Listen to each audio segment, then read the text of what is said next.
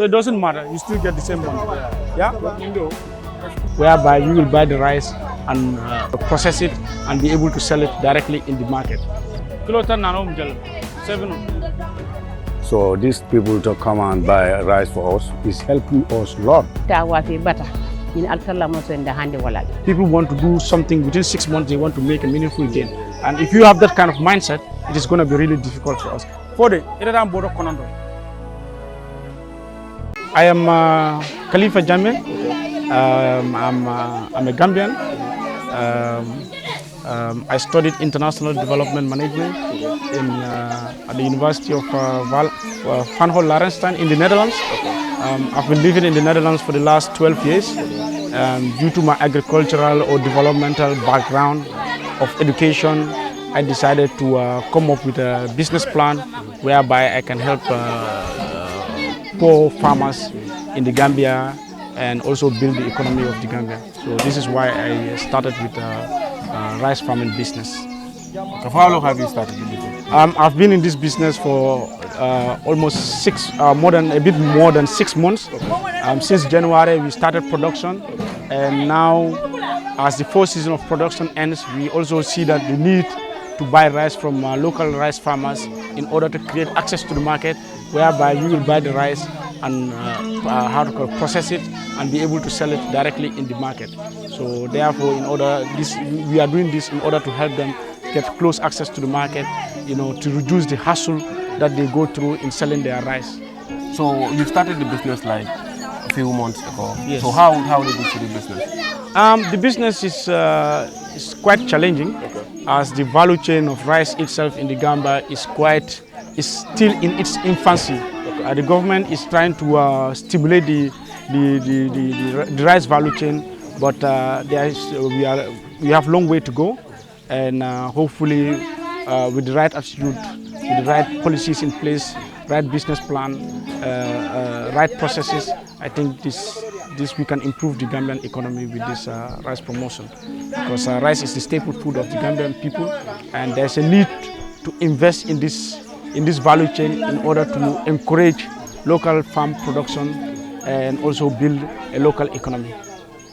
Na kole ya daka adu mano doku ita wafi akambatan dile tinyari ba mano si tinye bulu si loka si tinye bulu faro kono bari ni ngasoro suo kono teg ngakko soto akatem fele ko ne seno batam man fello nje ko take bari mano doku ko bakala ko dota kala ko doti ya tu e bata ya je bata ita wafi bata ni altalla ma so nda hande walale ba benne suolla kono nimboro kananka mano pesa kana ko soto. Yo, how do you think you coming to this community for the first time and buying rice from them directly will help them?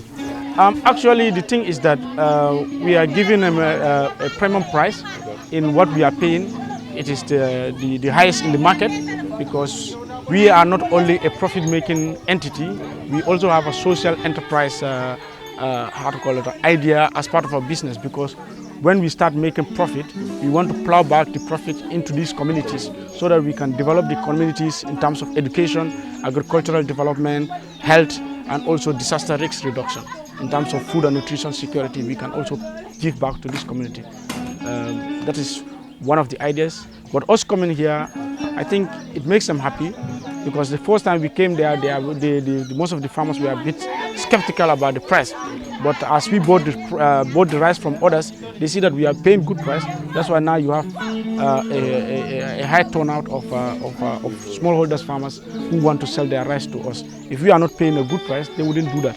So, and we make sure that we weigh their price, the rice, and they look at the quantity of rice that we are weighing, and we make sure that it is the right quantity, and whatever kilos the outcome is, we still pay them that amount of money. I've seen that well, because I've seen people coming and bringing in their own rice for themselves for it to be sold, and we've not spent even at 30 minutes here. I think the amount of bags we have here is close to 20 already. Yeah, close, which means they are happy with the price that you are buying. You new into the system. How is the rice production itself when it comes to the farming in the field? Actually, the thing here is in the Gambia, or the place where we are actually farming, and sometimes the farmers think the price is not good because their productivity on the farm is very low. So that needs to improve in order for them to make a meaningful economic gain from their field. So this is one of the challenges. The price is not the problem. It is the productivity of the fields which is challenging, because you farm on a field of on a plot. Normally, like with the rice varieties that currently is brought by Africa Rice in this country through Nari, should be producing around 12, 13 tons per hectare. But most of these farmers are producing like 2, 3 tons. So you see the difference. So if they were making like 6, 7 tons, then whatever the price they sell the rice, it is good enough for them. But because they are not producing enough on their field, the labor cost is high. When you pay them, sometimes they tend to think that, oh, this is small, which is not the case. So productivity is an issue even for us as private farmers. Coming in the first time, we see that the land is not level. When it comes to soil fertility tests, it is a bit of a challenge, but we still keep on going. We find a way, we use local knowledge and experiences in order to boost the productivity. So these are key issues that needs to be, improved. And also access to implements and machineries for everybody here is a challenge. So these are some of the issues, which is why some of them are a little bit delayed. We are talking about certain quality because of the post-harvest issues that they face on the field. These brings about a huge challenge for the farmers. How did farming help your community? Well, the farming helped us a lot, because that farming take us to how to pay the school fees for our children and the food, and yeah, it's helped a lot of our community. Yeah. Okay, you are new to the system still, but do you think it's possible for us to be self-sufficient, for us to produce our own rice in this country? Yes, it is possible. We should not only look at the policy discourse, but it is also an attitudinal change that we need. The self-food sufficiency is absolutely possible if the government put their ethics intact. The people themselves also put their ethics intact. I think it is possible. It is achievable within the next 2-3 years if we work hard, hand in hand. So what do you think we need to do to make that possible? One thing is that we need to have the discipline to work. The discipline to work is not only about working and you become rich instantly. You need to work hard. 3-4 years. That my plan is in 3-4 years time I'll be at this level. But most of the challenge here is that people want to do something within 6 months. They want to make a meaningful gain. And if you have that kind of mindset, it is going to be really difficult for us. But if you think the next 2-3 years, that is our plan, we want to arrive at this place, it is going to be possible. Yes. Now it's different. It's farming with the business. Because you cannot farm only to bring it and eat. So you have to put some business in. So these people to come and buy rice for us is helping us a lot, because of family, school fees, children and the clothes. So it's helped lots. It's helped lots, yeah.